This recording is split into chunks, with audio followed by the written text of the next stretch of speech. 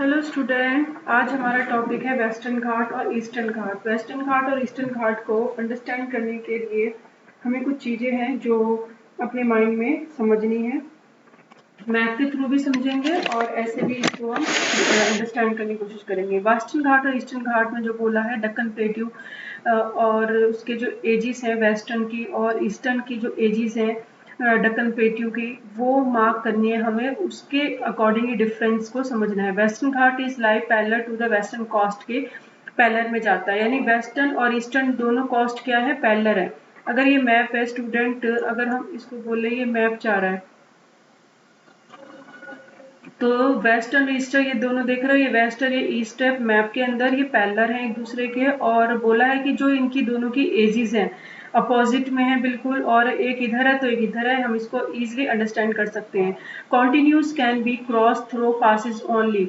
यहाँ पे ये फायदा है कि आप देख सकते हो, अभी हम मैप में देखेंगे किस तरीके से कॉन्टिन्यूसली जो यहाँ पे पासिस है इजिली यहाँ पे कॉन्टिन्यूसली प्लेट्यू बने हुए हैं।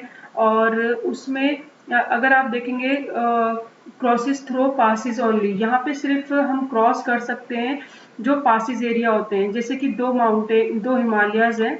आप हिमालयस के ऊपर तो चढ़ोगे नहीं, जो उसका बीच का एरिया है जहाँ से आप पास कर सकते हो पासिस एरिया, वहीं से तो जा सकते हो। तो ये कॉन्टिन्यूसली रेंज दे रखी है इसकी घाट्स की, और तो यहाँ पे सिर्फ एक पासिस एरिया होंगे जहाँ से आप क्रॉस कर सकते हो, निकल सकते हो, तो कॉन्टिन्यूसली रेंज है। लेकिन अगर यहाँ पे जो थाल, भोर और पाल घाट है वो इसके एग्जाम्पल है, ठीक है। और इसके अंदर फिजिकल मैप ऑफ इंडिया के अंदर अब इसको मेंशन भी करके आपको देखना है भार, पाल और थाल कहाँ पे है। अच्छा, हम घाट समझ लें पहले, घाट किसे कहते हैं। घाट एक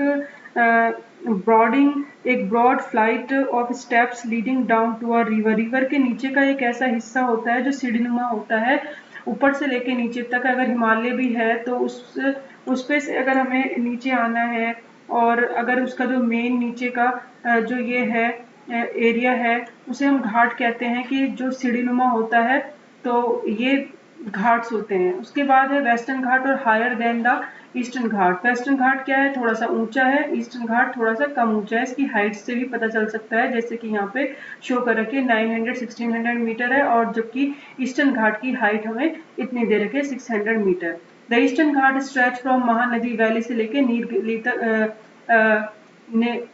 निग्रीस तक, साउथ तक क्या हो रखी है, स्ट्रेच हो रखी है। अगर हम इसे फिगर में देखें, यहाँ महानदी है और यहाँ पे नीलगिरी है, तो यहाँ से निगली सॉरी ये जो निग्रीज है यहाँ से लेकर यहाँ तक ये स्ट्रेच हो रखा है प्लेट्यू साउथ की तरफ। तो ईस्टर्न घाट जो स्ट्रेच हो रखा है, जो ईस्टर्न घाट है, अगर हम यहाँ पे ये कॉन्टिन्यू है, यानी यहाँ पे कोई भी सिर्फ पासिस से क्रॉस कर सकते हैं, ये डिस्कनेक्ट है, यानी कभी यहाँ से फिर ब्रेक हो जाएगा, फिर यहाँ से ऐसे है। बीच में से डेल्टास बन रहे हैं, जो कि रिवर्स जो है वो बे ऑफ बंगाल में जाके क्या हो जाती है, मिक्स हो जाती हैं। तो यहाँ से बहुत सारी ऐसी रिवर्स हैं जो निकलती हैं और बे ऑफ बंगाल में जाके मिक्स हो जाती हैं। तो स्टूडेंट हम यहाँ से इजिली इसको देख सकते हैं, और साउथ में दोनों में डिफरेंस समझ आना चाहिए।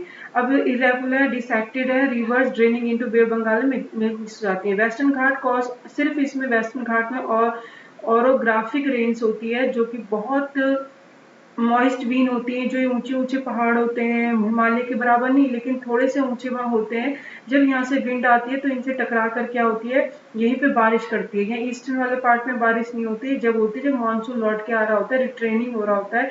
लेकिन यहाँ पे बारिश कब होती है, ईस्टर्न वेस्टर्न घाट पे, जब मॉइस्ट की जो रेन होती है वो इनसे टकराती है, और इसीलिए इसे और ओरोग्राफिक रेन कहा जाता है। और अगर हम वेस्टर्न स्लोप्स पे घाट की बात करें, वेस्टर्न घाट का जो स्लोप्स है और वेस्ट थोड़ा सा राइज है और वहाँ ऊंचा है। वेस्टर्न घाट से known as different local name के नाम से भी हम इसको बोल सकते हैं, अलग अलग नेम होते हैं इनके। जैसे कि सबसे हाईएस्ट पीक है, यानी ऊपर से आते आते आते आते छोटे से फिर बड़ी फिर बड़ी फिर बड़ी फिर बड़ी, फिर सबसे नीचे की जो पीक होती है, जो हाईएस्ट पीक होती है, इसकी बोली है रेंज, वो यहाँ पे हमने बोला है एनाई मुड़ी है, जो इतनी उसकी हाइट बोली है। और डुआडा बेटा है, महेंद्रगिरी है, ये हाइट्स बोली है। हाईएस्ट पीक नहीं, महेंद्रगिरी हाईएस्ट पीक है ईस्टर्न घाट की, और ये जो बोली है एनाई मुड़ी, ये और दुआ बटा ये है उसकी, ये वेस्टर्न की। तो आप देख सकते हैं दोनों की में कितना डिफरेंस है हाइट में। उसके बाद अगर हम बात करें शेवरॉय और जावेद हिल जो लोकेट है वो ईस्टर्न घाट्स में मिलती है। तो स्टूडेंट ये हम मैप के थ्रू अगर एक बार देख लेंगे तो ये आप इजीली अंडरस्टूड कर सकते हैं। तो हम इसे मैप से समझें।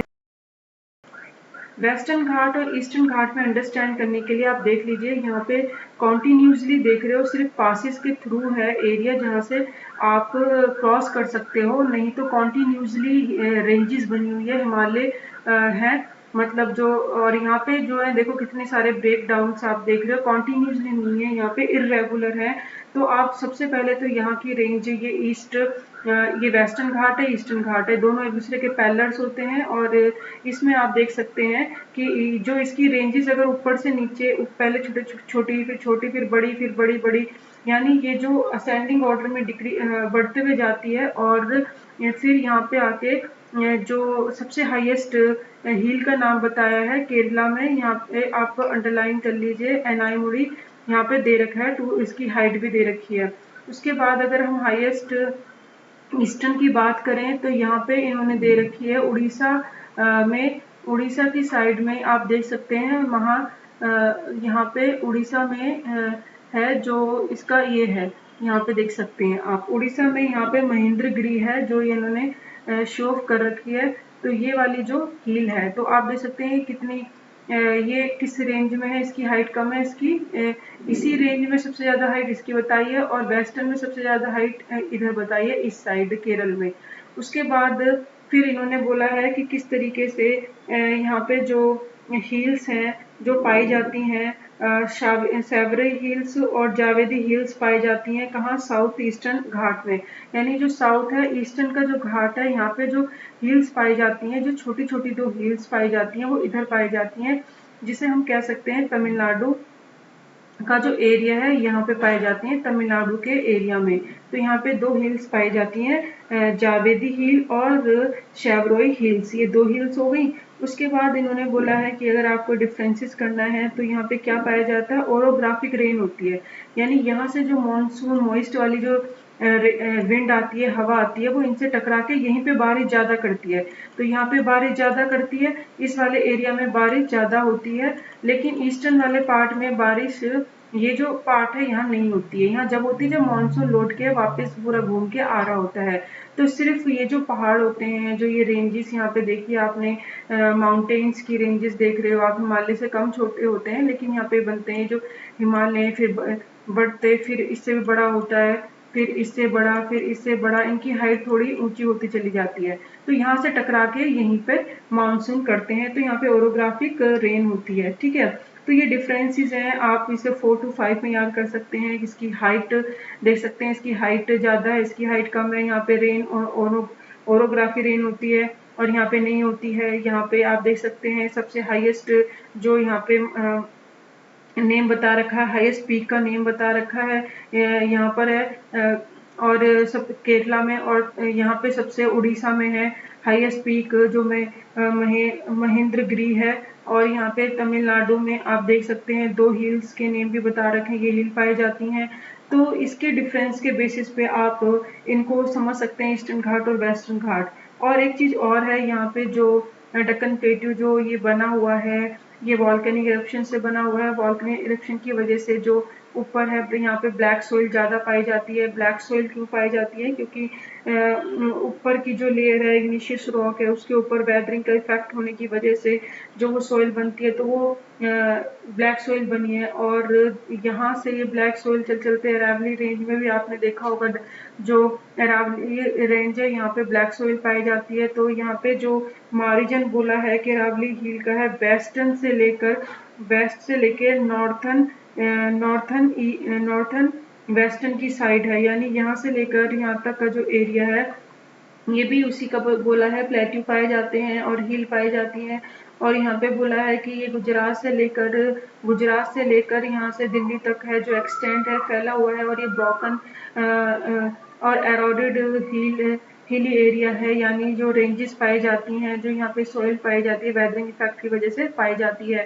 तो ये ब्लैक सॉइल से सारा यहाँ पे पाई जाती है सारी दक्कन प्लेट्यू, जो आप देख सकते हैं क्योंकि वॉल्केनिक एरप्शन से बना है। तो आप दोनों में इजीली डिफरेंस कर सकते हैं। और यहाँ पे बहुत सारे ऐसे वो हैं एरियाज हैं जो यहाँ पे पॉपुलर हैं, लोकेट हैं, हिली स्टेशंस हैं, जो हम देखेंगे कौन कौन से हिली स्टेशंस हैं जो पॉपुलर हैं।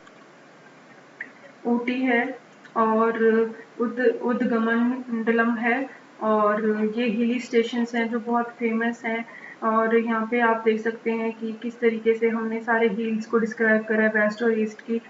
तो वहाँ पे कुछ ऐसी पॉपुलर हिल स्टेशंस हैं जो कि यहाँ पे पाए जाते हैं। ठीक है, तो यहाँ के ऊटी भी है, ये सब आप देख सकते हैं कैसे कोडाईकनाल और कोदाई कैनाल भी पाया जाता है यहाँ पे।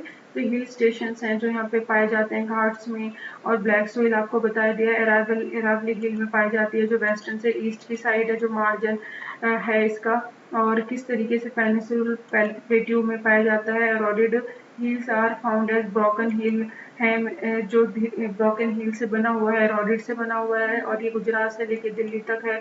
साउथ वेस्ट से नॉर्थ ईस्ट तक ये सॉइल ब्लैक सॉइल पाई जाती है। तो दक्कन प्लेट्यू के अंदर वेस्टर्न घाट और ईस्टर्न घाट को आज हमने समझा, और उनकी हम इजिली 4 to 5 जो डिस्क्रिप्शंस है वो इसमें दे सकते हैं। Thank you.